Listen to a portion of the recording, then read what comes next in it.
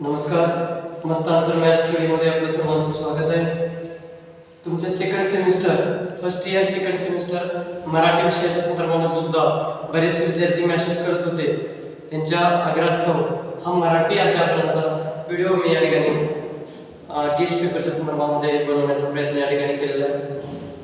मराठीचा अर्थ, स्वरूप आणि आधुनिक संकल्पना किंवा मराठीचं स्थान काय आहे अशा स्वरूपाचा प्रश्न ज्यावेळेस येतो त्यामध्ये पॉइंट या ठिकाणी लिहायचा आहे. वाड्मय, कथा, कादंबऱ्या, ओव्या, कविता, भारुडे, नाटक, लोकगीत इत्यादी आपल्याला या ठिकाणी सांगता येतील.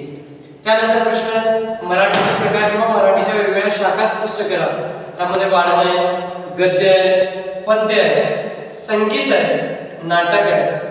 हे या ठिकाणी तुम्ही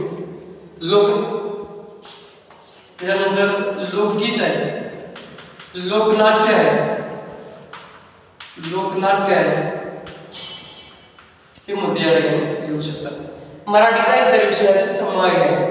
मराठी भूगोल आहे, मराठी गणित आहे, मराठी इतिहास आहे, मराठी शारीरिक शिक्षण आहे, मराठी चित्रकला आहे, मराठी कार्यानुभव इत्यादी मुद्दे या ठिकाणी तुम्ही लिहू शकता. पुढे बघा, मराठी शिक्षकाच्या विकासात शिक्षक संघटनेची भूमिका किंवा मराठी शिक्षक संघटनेचे स्वरूप लिहा.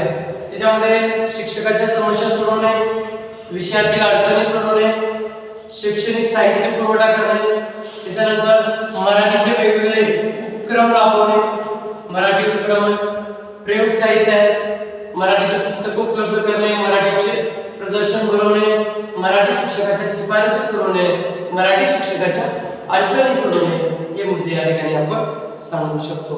त्यानंतर मराठी वर्गाध्यापनाची उद्दिष्टे, सर्वसामान्य उद्दिष्टे, मराठी विषयाबद्दल आवड, मराठीची गोडी, साहित्याचा अभ्यास, भाषेचा आदर, भाषेचा वापर, लेखन वाचन क्षमतेचा विकास, मराठी व्याकरणाची आवड निर्माण करणे हे मुद्दे या ठिकाणी आपल्याला सांगता येतील.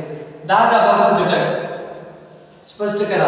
त्याच्यामध्ये भारतीय स्वतंत्र चळवळीचा इतिहास, भारतीय संविधानात्मक जबाबदाऱ्या, राष्ट्रीय अस्मिता जोपासण्यासाठी योग्य आशय, स्त्री पुरुष समानता, लहान मोठ्या प्रमाणिकाचे पालन, वैज्ञानिक दृष्टिकोन, लोकशाही गणराज्य असे मुद्दे आणखी 2 मुद्दे आहेत ते पुस्तकात तुम्ही पाठ करू शकता. त्याच्यानंतर मराठी विषयाचे नियोजन म्हणजे काय सांगू, त्या नियोजनाचे महत्त्व, वार्षिक नियोजन, घटक नियोजन, पाठ नियोजनाचा अर्थ, वैशिष्ट्य, गरज, महत्त्व, आवश्यकता, फायदे हे कोणत्याही नियोजनावर जर विचारलं तर तेवढी व्याख्या तेवढी बदलून बाकीचे मुद्दे सगळ्याला सेम. अध्यापनाला दिशा मिळते, अध्यापन पद्धती सुधारणा घडवून आणता येते, उद्दिष्ट पूर्ण होतात, वेळेची बचत होते, शैक्षणिक अनुभूती देता येतात, शैक्षणिक साहित्य सुधारता येतात, चुका टाळता येतात, अभ्यासक्रम पूर्ण करता येतं, मूल्यमापन पूर्ण करता येतं आणि अध्यापनात सुधारणा करण्यासाठी किंवा उद्दिष्टाची चाचपणी करण्यासाठी रिव्हिजन करता येतं. हे मुद्दे या ठिकाणी आपल्याला सांगता येतील.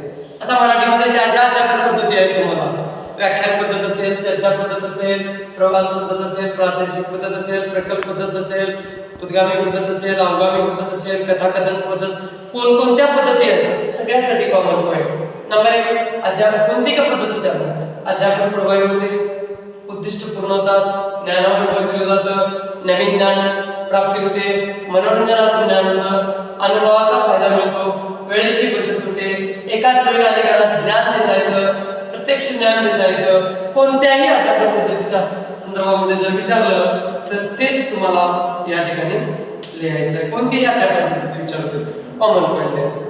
आता मराठी शिक्षकाची क्षमता, गुण, वैशिष्ट्य, वक्तशीरपणा, लेखन क्षमता, भाषण क्षमता, अध्यापन ज्ञान, प्रयोग, विषय ज्ञान, नियोजन, क्षमाशील, कर्तव्यदक्ष, काटेकोरपणा, उपक्रम हे मुद्दे या ठिकाणी लिहिता येतील. आता तुम्हाला प्रश्न असा आहे की निरीक्षण क्षमता निरीक्षण तंत्राविषयी माहिती लिहा किंवा प्रश्नतंत्राविषयी माहिती लिहा किंवा स्पष्टीकरण तंत्राविषयी माहिती लिहा. निरीक्षण तंत्राच्या संदर्भामध्ये निरीक्षण तंत्र स्पष्ट असावे, हेतुपूर्वक निरीक्षण असावं, निरीक्षण करताना इकडे तिकडे पाहू नये, दुसरं काम करू नये, हे मुद्दे आपण लिहू शकतो. प्रश्नतंत्राविषयी प्रश्न सोपे असावे, विषयाला अनुसरून असावे, उद्दिष्टाला अनुसरून असावे, लघुत्तरी असावे, दीर्घोत्तरी असावे, निबंध असावे, जास्त सोपी असू नये, जास्त अवघडी असू नये, असे प्रश्न. आता स्पष्टीकरण वयाला अनुसरून असावे, योग्य उदाहरण देण्यात यावे, भाषेचा वापर योग्य असावा, उद्दिष्टाला अनुसरून स्पष्टीकरण असावं, हे मुद्दे या ठिकाणी आपण लिहू शकतो. विद्यार्थी मित्रांनो, आता या सगळ्या मुद्द्याच्या आधारे तुम्ही व्यवस्थितरित्या पॉईंट लिहू शकता. चॅनलला लाईक आणि सबस्क्राईब केलं नसेल तर लाईक सबस्क्राईब करा, जास्तीत जास्त व्हिडिओ शेअर करा आणि कमेंट्समध्ये नक्की कळवा व्हिडिओ कसा वाटला. धन्यवाद.